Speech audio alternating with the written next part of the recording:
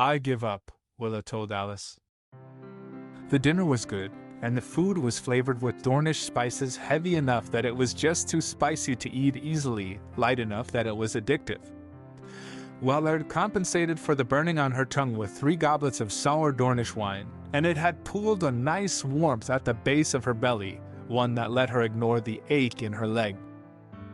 Do you? Alice looked particularly lovely in the lamplit feast hall, Willa thought. Had they not been in the South, had they not been so closely watched by everyone who considered their actions a commentary on Sansa's, well, she might have done something mad, that was all. Had she asked her father? She knew what he'd say, a kiss is not madness. But her mother would have said, a kiss is a sweeter kind of madness, sweetling, but a madness all the same.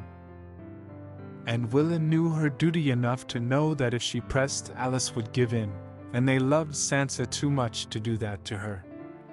They were both of them too ambitious by far to sacrifice their lives for whatever this was. Still, even if Willa would never feel Alice's silk soft hair run through her hands, even if Willa would never kiss Alice as she wanted to, she could talk.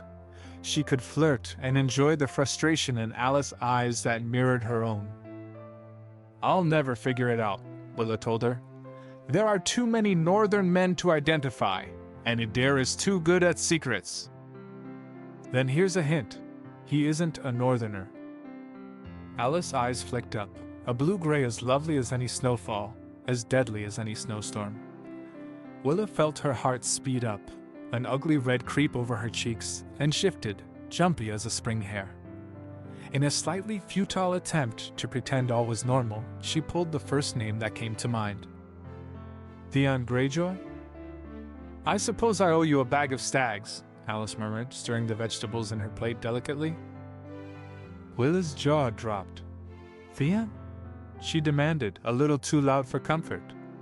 Then, softer though no less intense, she hissed, Theon, Alice? Theon Greyjoy isn't understandable. No, he isn't. Are you telling me that Idara seduced him? I'm telling you that she wanted to, Alice responded. Then, sighing, it might not go anywhere. But I rather think she might have a chance. When we go back, he'll still be there, won't he? Doesn't seem in a hurry to return to the Iron Islands at any rate. And it's a nice match, too. It isn't a nice match the way a forest fire is nice, Willa said flatly. They'll eat each other alive and leave a slew of bodies behind them. See if they don't. And Adair is going to get her heart broken, poor girl, even if she doesn't let it happen easily. But the betting would be wonderful in the interim, Alice offered, eyes flashing suddenly, wickedly. Willa choked, feeling the laugh catch in her throat, the flush deepening. She exhaled slowly, shakily, and wondered when she'd last felt like she wasn't drowning. But oh, what a wonderful way to go, she thought, and threw her head back, releasing the laughter into the hall. They were young, and so was the night. Willa might never know the pleasant weight of Alice's head in her lap, but she did know the edges of Alice's tongue. Willa knew her fears and her pleasures. She knew Alice, and that would always be worth more to her than any warm pressure of lips or teeth or fingers. Perhaps it wouldn't be enough, years later, when they were faced with potential husbands and their families. Perhaps then, Willa would curse herself for her patience, for her cowardice, but right there, right then, she was content. It was enough. It was a cool sunny morning when the kings and queens, or their chosen representatives, entered the Godswood. This was to be a private ceremony, with only the closest family and friends of each ruler present. Later, they'd ride to the Great September of Baelor and allow the Septon to crown them. More of the rulers were followers of the Seven, after all, and they wished to be crowned by their own faith. But before that, they'd be crowned here, before the old gods, in the northern fashion. The rulers all wore their own colors in their own fashions. Some were followed by close family members or advisors, but they each looked in the blinding morning light unbreakable. They looked beautiful and young, all of them, as if they had eternity stretching out before them, as if they were the very messengers of the gods. This is what a new era looks like, Jon thought, hands flat against his thighs. This is what change looks like. They knelt, each of them, Edmure in his silver and scarlet doublet, Asha in a black and gold gown covered with a breastplate, the hem cutting into long strands that emulated seaweed, Shireen in a blue-black gown that had lightning-pale stags embroidered against the hems, Robert in a bluish doublet that hung loose at the sleeves and a cape slashed to look like a falcon's wings, Oberyn in sunny yellow and brilliant orange, Garland Tyrell, resplendent a red as defiantly, sharply reminiscent of blood as simple cloth could manage. Sansa, painfully colorless in her lilac gown, covered in a paler cloak of stark blue and white, looked almost ghostly under the red dragon's breath, flowers and the dark smokeberries. Jon had dressed in a doublet of black with red accents, a subtle throwback to his Targaryen heritage that Sansa had insisted on. A reminder that no one needed, Jon had said, but Sansa had only leveled a look at him as flat as the deserts of Dorne and said, "A Targaryen took their crowns 3 centuries ago, and a Targaryen will give them back. It is only right, Jon," and she wouldn't hear another word of it. And so Sansa stepped forward and anointed them with a paste made from weirwood sap and a powder made from weirwood bark.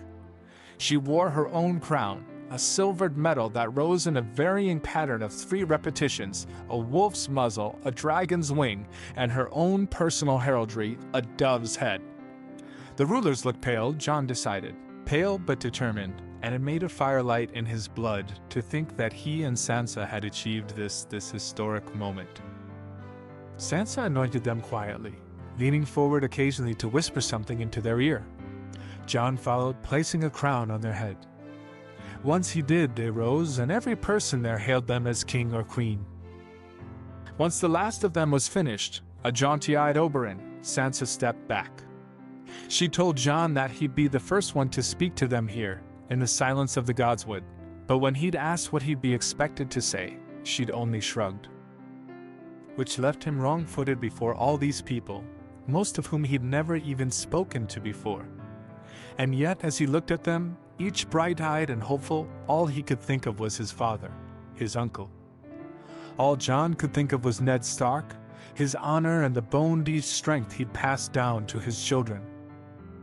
"You are rulers now," Jon told them. "There is a responsibility to that. A responsibility handed down from the gods, some might even say." He breathed deep, let the scent of oak and pine ground him. "But we're human, all of us first. We'll make mistakes, and those mistakes are going to have consequences because we've so much more power. The important thing is to keep trying to become better than what we are. We are the rulers of Westeros, and we cannot be held to the measures of our citizens." "It is a hard, thankless job," Sansa said, stepping forward so her shoulders matched his. She was almost of a height with him, and the gods only knew what image they presented to the others, the White Wraith Queen and her Black Demon King, but it seemed to be a powerful one, for they all seemed to gain new confidence from it. "It is a job that drives you mad and leaves you with only ashes in your mouth, but it is something that has to be done, and we are the only ones who can, and so we shall." Jon felt his lips curve into a smile. "Chin up," he murmured, and led them out of the Godswood. After they were crowned in the September, they returned to the Red Keep for a feast. Jon was rather done with the crowd. He simply wanted to return to his rooms and perhaps sleep off the screaming and the stench. But no, he was a king, and he had to remain behind. "I've never seen a king scowl at his own feast so blackly," he heard a voice say, before Oberyn Martell swung himself down to sit next to him. Jon let his face darken. "That unhappy about the power change, your grace?" Jon ignored the faint mockery. "Don't tell me you actually enjoy this, ruckus." He waved a hand at a purple-painted man who was attempting to swallow a sword. A moment later, the man set his sword on fire, and Jon felt his face twist in grotesque, unwilling interest. A smaller banquet wouldn't have been such a waste of money. "You would have gotten along with Stannis Baratheon, then," Oberyn replied, guzzling his wine. The man hated anything that was even the slightest bit frivolous. Except Stannis didn't care much for his wife, according to all the rumors. And the reason I want to lock myself in my bedroom is almost entirely due to my wife. That pale gown had looked ghostly perhaps in the godswood, but under the brilliant sunlight of mid-afternoon, she looked like nothing less than a goddess come to earth. Jon really just wanted to drag her into their bedchamber and not leave for 3 days. Perhaps, Jon said, shrugging. But Oberyn didn't go away. According to all the rumors, you and Queen Sansa don't fight. He winked. Tell me, how do you manage that? Lesser men wish to know. By being respectful of her demands, Jon said flatly. We talk, Prince Oberyn. My apologies if your lesser men do not know such. Oberyn grinned toothily.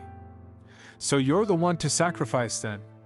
When will it become too much, Your Grace? How much can you abandon before you've given up everything? You took her name, received your title through her. How much more? Sansa had said she liked Oberyn, which meant that he hadn't asked her these impertinent questions. Jon was rather glad of it, because she had bigger things on her mind than what others saw in her husband, and she had to pay attention to those bigger things. Best he be the one to nip it in the bud, right here. When I stood before a heart tree and wed Sansa, I swore to give her all that I am and have, he said, and she swore to do the same. We are Starks, Prince Oberyn.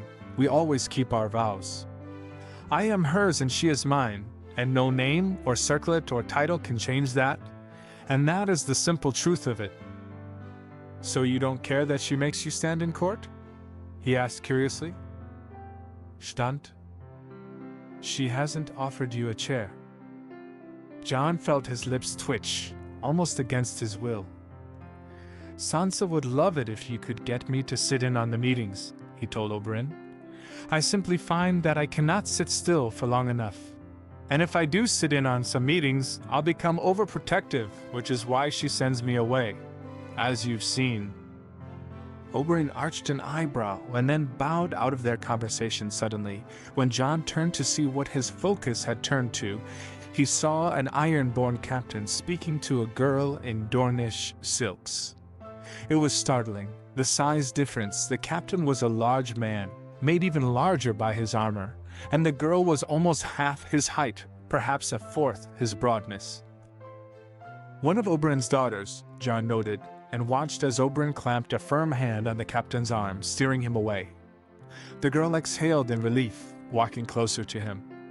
A moment later, Jon realized that the girl wasn't so much relieved as frustrated. I suppose I'm not the only overprotective one, he thought, and laughed to himself before squinting into the sunlight to find Sansa. That night, Asha Greyjoy rode away with her fleet. Sansa told her she'd miss her and meant it. Asha was a sharp-edged woman, all steel and salt, and in another time Sansa might have disliked her for her sharp tongue and ease with weaponry. But in this one she felt that there was some kind of a power to be found in seeing a woman take the reins of power with no thought for her sex or her faults.